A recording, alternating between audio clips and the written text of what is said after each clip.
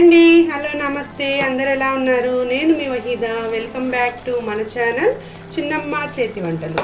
ఈరోజు మీ అందరికీ టేస్టీగా అందరికీ ఫేవరెట్ అయిన కర్రీ ఎండి చేప టమాటా ఇగురు చూపిద్దామని వచ్చేసాను. మరి ఈ కర్రీ చాలామందికి ఫేవరెట్ కదా. ఇది మన ఇళ్ళల్లో వండితే పక్కన 4 ఇళ్ళకి ఈ స్మెల్ వెళ్తుంది కదా, చాలా టేస్టీగా ఉంటుంది. మరి అలాంటి కర్రీని మనం ఈరోజు టేస్టీగా చాలా తక్కువ టైంలో తక్కువ ఇంగ్రీడియంట్స్తో టేస్టీగా రెడీ చేసేసుకుందాము. మరి దానికి కావాల్సినవి ఏంటి, దాన్ని ఎలా తయారు చేయాలో చూద్దామా. ముందుగా ఎండి చేపల్ని చిన్న చిన్న ముక్కలుగా ఇలా కట్ చేసుకొని శుభ్రంగా కడిగేసి పైన వైట్గా ఉండే పార్ట్ని కొంచెం రుద్దండి. ఇలా నీట్గా కడిగేసి వాటర్తో పక్కన పెట్టేసుకుందాము. ఇప్పుడు వీటిని ఆయిల్లో కొంచెం ముందు ఫ్రై చేసుకోవాలి. స్టవ్ వెలిగించేసి ముందు కొంచెం ఆయిల్ వేసుకొని ఒక గిన్నె పెట్టేసుకుందాము. ఇలా ముందుగా ఒక గిన్నె పెట్టుకొని మనం కర్రీ ఏ బౌల్లో అయితే ప్రిపేర్ చేస్తున్నామో ఆ గిన్నె పెట్టేసుకోండి. ఒక 50 గ్రాముల ఆయిల్ వేసేసుకోండి. ఆయిల్ కొంచెం హీట్ ఎక్కనిచ్చి కొంచెం పసుపు వేసుకోండి. ఆయిల్లో ఒక చిటికెడు పసుపు వేసి ఆ పసుపుతో ఇప్పుడు మనం ఎండి చేపల్ని ఫ్రై చేసుకోవాలి.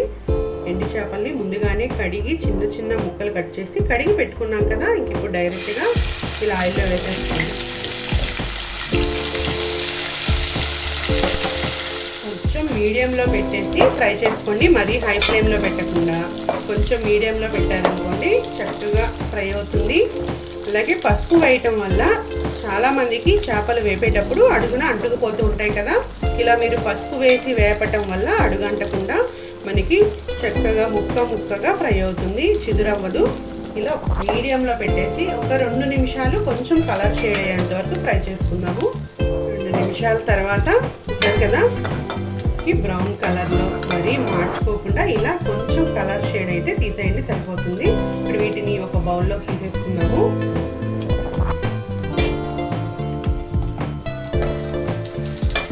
ఫిష్ ఫ్రై చేసుకున్న తర్వాత అదే ఆయిల్లో మనం మిగిలిన ఆయిల్లో ఆనియన్స్ని నేను ఒక 2 పెద్ద ఉల్లిపాయలు ముక్కలు కట్ చేసుకున్నాను. మీకు కావాలంటే ఒక 2-3 అయినా వేసుకోవచ్చు. నేను 2 ఉల్లిపాయలు వేసుకున్నాను.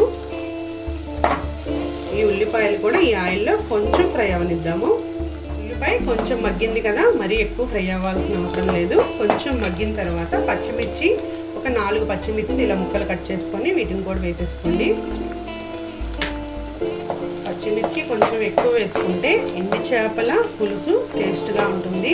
కొంచెం ఘాటుగా ఉంటేనే నోటికి రుచిగా ఉంటుంది కదా, కానీ కొన్ని పచ్చిమిర్చి ఎక్కువే వేసుకోండి.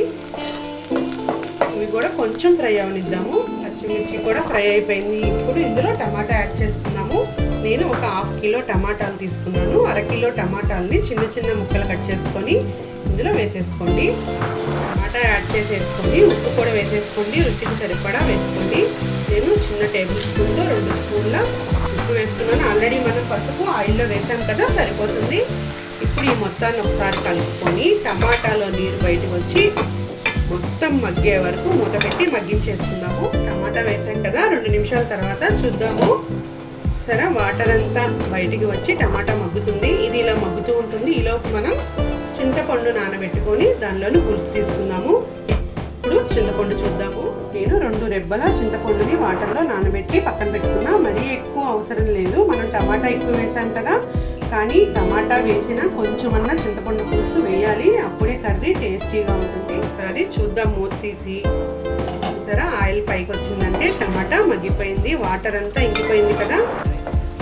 ఇప్పుడు ఇందులో మనం ఫ్రై చేసి పక్కన పెట్టుకున్నాం కదా ఎండి చేపలు, వాటిని కూడా ఇందులో యాడ్ చేసేసుకున్నాము. ఇలా ఇందులో వేసేసుకోండి. కొంచెం సేపు ఈ చేపలు కూడా ఈ టమాటా ఇందులో ఉడకనివ్వండి.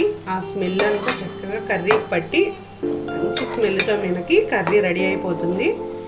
ఒక 2 నిమిషాలు ఇలా మూత పెట్టేద్దాము. మీడియంలోనే పెట్టుకోండి, హై ఫ్లేమ్లో పెట్టకండి. 2 నిమిషాలు అయిపోయింది. ఇప్పుడు ఇందులో కారం యాడ్ చేసేసుకున్నాము. అన్నీ మగ్గిపోయినాయి కదా. 1 స్పూన్ నేను పచ్చికారం యాడ్ చేస్తున్నాను. పచ్చిమిర్చి వేసాం కదా, కారం కొంచెం తక్కువ వేసుకోండి. ఇది కూడా ఒకసారి కలుపుకొని మనం ఆల్రెడీ చింతపండు పులుసు తీసి పక్కన పెట్టుకున్నాం కదా, ఇప్పుడు ఆ పులుసును కూడా ఇందులో యాడ్ చేసేద్దాము. పులుపు చూసుకొని మీ రుచికి సరిపడా పులుపుని మీరు యాడ్ చేసుకోండి.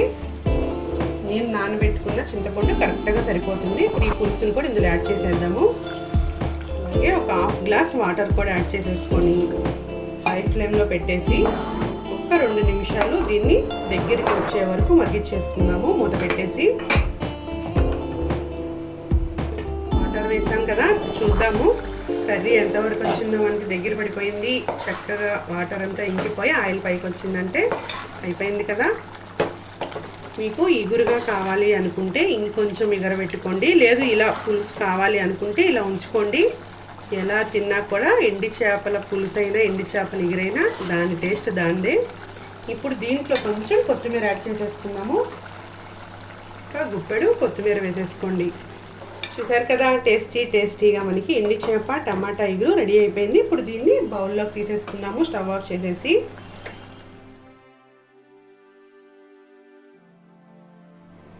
చూసారు కదండి, టేస్టీగా ఎండి చేప టమాటా ఎగురు మనకి రెడీ అయిపోయింది. మరి ఈరోజు వీడియో మీ అందరికీ నచ్చింది కదా. ఈరోజు వీడియో మీ అందరికీ నచ్చినట్లయితే ప్లీజ్ మన ఛానల్ని లైక్ చేయండి, షేర్ చేయండి, అలాగే సబ్స్క్రైబ్ చేసుకోండి. గంట సింబల్ కూడా ప్రెస్ చేసేయండి. నెక్స్ట్ నోటిఫికేషన్స్ అన్నీ మీకు వస్తూ ఉంటాయి. Thank you.